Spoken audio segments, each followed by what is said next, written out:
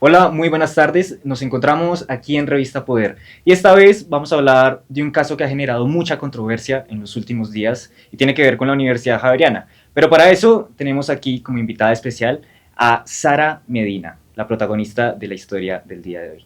¿Cómo estás, Sara? Bien, gracias. Bueno, Sara, para comenzar y los que no están muy familiarizados con el caso, cuéntanos de qué te ha pasado en la Universidad Javeriana. Bueno, pues yo soy Sara, soy una mujer de 29 años. Empecé mi residencia en psiquiatría en el año 2021, después de graduarme de médica en 2019 en la Universidad de La Sabana. Y desde el inicio de mi residencia, pues en mi sentir he sido víctima de matoneo y acoso dentro de la universidad. La pasé muy mal, pero digamos que mi sueño siempre ha sido ser psiquiatra y bueno, por eso sigo acá. Descríbenos un poco cómo ha sido tu recorrido profesional y profundízanos un poquito más de cómo iniciaron todos estos problemas en la Universidad Javeriana. Ok, bueno, yo me presento por primera vez a la Javeriana en el contexto de la pandemia en 2021, que todavía este tema estaba como muy fuerte. Me presento en 2020, en plena pandemia. Ingreso en febrero de 2021 a la universidad y yo soy de La Sabana. Había muchos javerianos dentro del posgrado porque en la Javeriana es frecuente que ingresen pregrado Javeriana y desde el inicio pues todo fue un ambiente muy hostil, compañeros, profesores, todo el personal, era difícil el manejo del sistema, las relaciones eran complejas porque desde el principio fui como segregada y era frecuente también las preguntas como de si en verdad quería ser psiquiatra, si no me dedicaba a otra cosa, si quería ser dermatóloga, mejor, ¿Esas preguntas eran por parte de tus compañeros o de los docentes? de los docentes, del decano. ¿Y cuál fue esa primera señal de alerta ante el hostil panorama que se veía venir?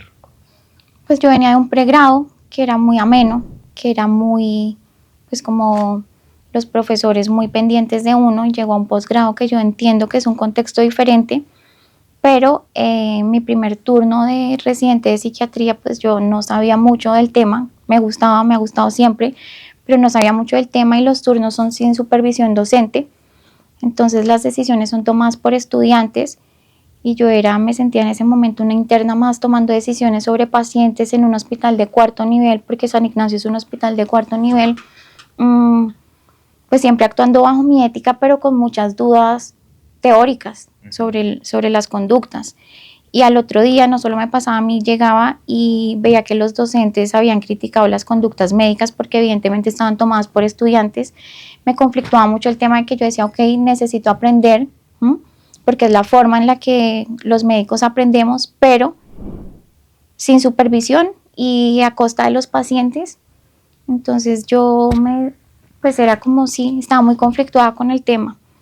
A eso súmale el ambiente, en San Ignacio psiquiatría es el segundo servicio más interconsultado de todo el hospital, entonces eran muchos pacientes, era sin supervisión, el ambiente hostil, era todo muy abrumador.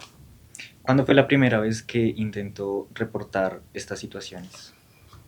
Mm, el reporte oficial por primera vez fue creo que en el año 2022, digamos que yo ya venía pasándola muy mal, a mí me humillaban en revistas, el trato diferencial era muy evidente, nadie quería pasar revistas cuando uno va con el doctor.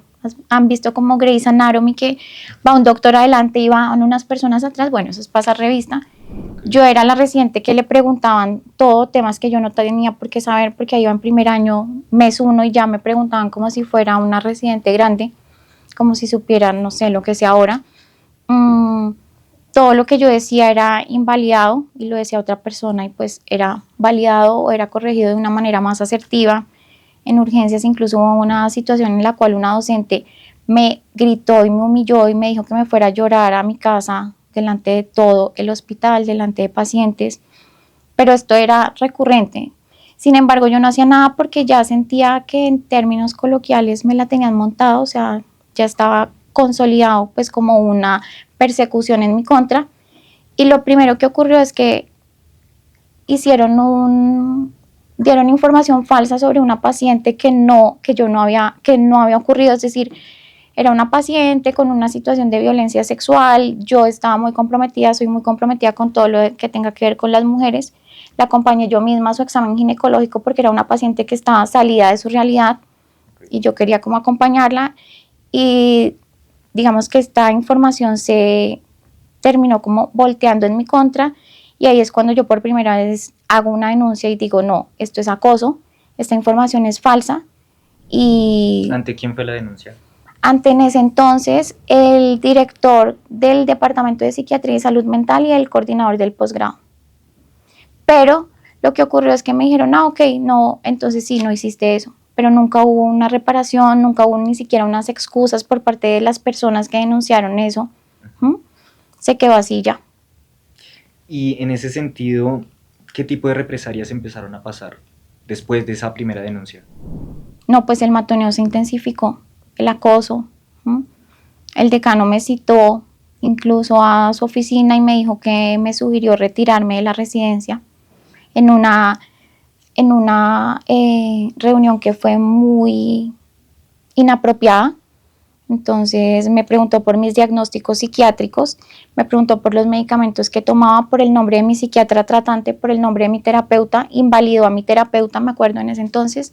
Me preguntó los diagnósticos con nombre y apellido y me decía, ¿y en serio no tienes nada más? Y me dijo esto, que es algo que se me quedó grabado y fue muy doloroso para mí en ese momento, y todavía recordarlo me da en verdad mucho dolor.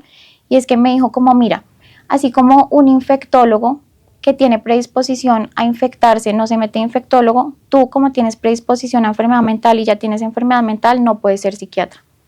El decano, que es un psiquiatra. ¿Cómo te sentiste? ¿Qué decía tu familia?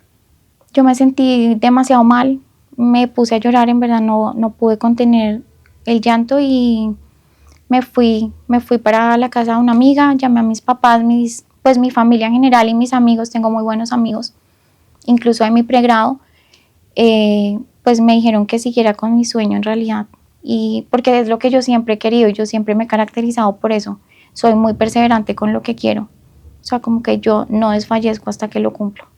En lo que hemos conocido del caso, hemos evidenciado que ha ocurrido más de una vez, Uh-huh. las denuncias también ya van más de una vez. Uh-huh. ¿Cuántas denuncias has interpuesto tú en contra de la Universidad Javeriana en total?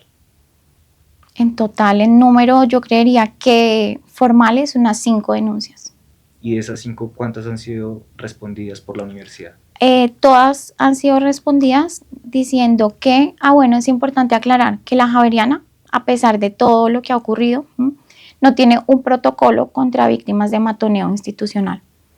Lo que tiene es un programa contra LGTBI, entonces me sugirieron que fuera ese programa, incluso el padre rector, con quien incluso también pedí una cita presencial y le expuse mi situación, porque estaba muy abrumada y mi salud mental en verdad ya no daba más. Por eso tengo 2 retiros temporales, porque como que yo siempre me sentía nadando contra la corriente y decía como voy a parar y vuelvo, pero lo que pasó es que me remitieron a un programa contra LGTBI, o sea, reestigmatizándome, revictimizándome porque ni siquiera pertenezco a ese programa. Y evidentemente el programa dijo que no había violencia de ese tipo. Tú hablas también de que además de que los docentes estaban teniendo este tipo de prácticas, ¿cómo era con los compañeros, con los otros residentes? Mira que es algo que yo he analizado como de una manera muy reflexiva y he llegado como a comprender muchas situaciones con los compañeros, porque yo creo que la violencia en este ámbito es estructural, ¿cierto? Entonces parte desde arriba y se repite como lo que uno ve que hacen.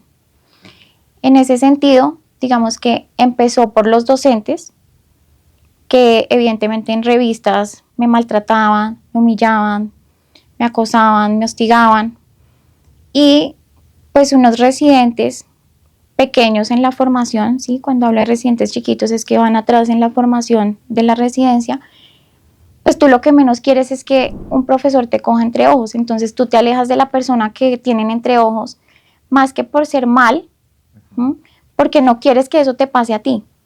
Y eso fue algo que ocurrió a lo largo de toda la residencia. Entonces, hubo personas que intentaron apoyarme, pero intentar apoyarme era ganarse a todo el grupo y era ser segregado como yo.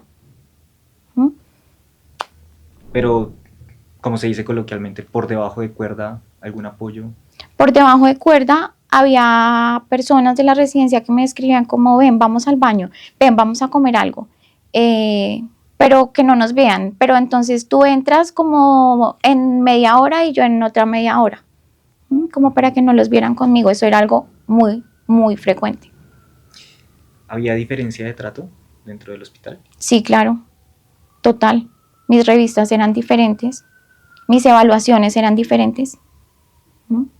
Y eran solas, las hacías individual. Sí, cambiaban muchas cosas para hacer mis evaluaciones. Entonces, de repente, en una rotación no se hacía evaluación práctica y yo llegaba y la evaluación práctica, y qué sorpresa, era solo para mí y el resto no.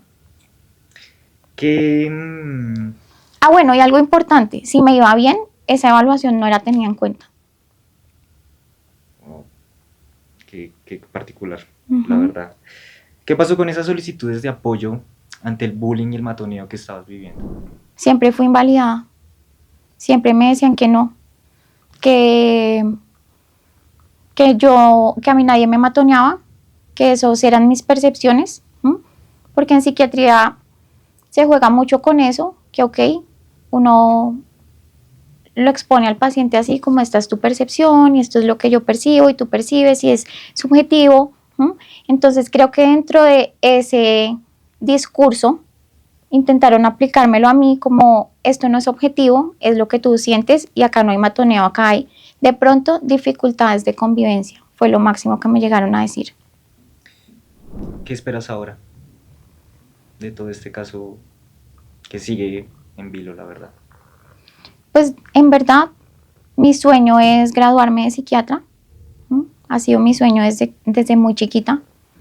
Y además de graduarme como psiquiatra, de tener mi título, pues yo siempre he sido una persona, me considero valiente. Entonces también creo que puedo ser como espejo y voz de otras personas que no se atreven, porque es duro, ¿sabes? Cuando tú cuestionas un sistema y cuando tú te enfrentas a algo que ya está muy consolidado, pues te estrellas como yo. Es como una pared y tú vas con toda, igual te vas a chocar. Pero creo que puedo servir de puente para otras personas, porque pues qué duro, se supone que uno estudia esto más psiquiatría, porque es una ciencia muy humana, porque quieres conocer la parte social, lo que ocurre dentro de la mente de las personas, y es como acercarte al alma de alguien. Sí, suena muy romántico, pero yo lo veo así, es como que esa persona me comparte todo de sí, se desnuda su alma delante mío, y qué horror que entonces en esa creación como de un especialista haya es todo lo contrario. Es como dos caras de una moneda que pues que quisiera que se unificaran. O sea, somos humanos, somos médicos, y los residentes de psiquiatría pues yo creo que también deberían como recibir algún tipo de, que fue algo que yo siempre peleé, algún tipo de apoyo terapéutico por parte de la universidad, incluso grupal. ¿En qué va el caso contra la Universidad Javeriana? ¿Y cómo se ha comunicado la universidad? No, la universidad no se ha comunicado conmigo para nada.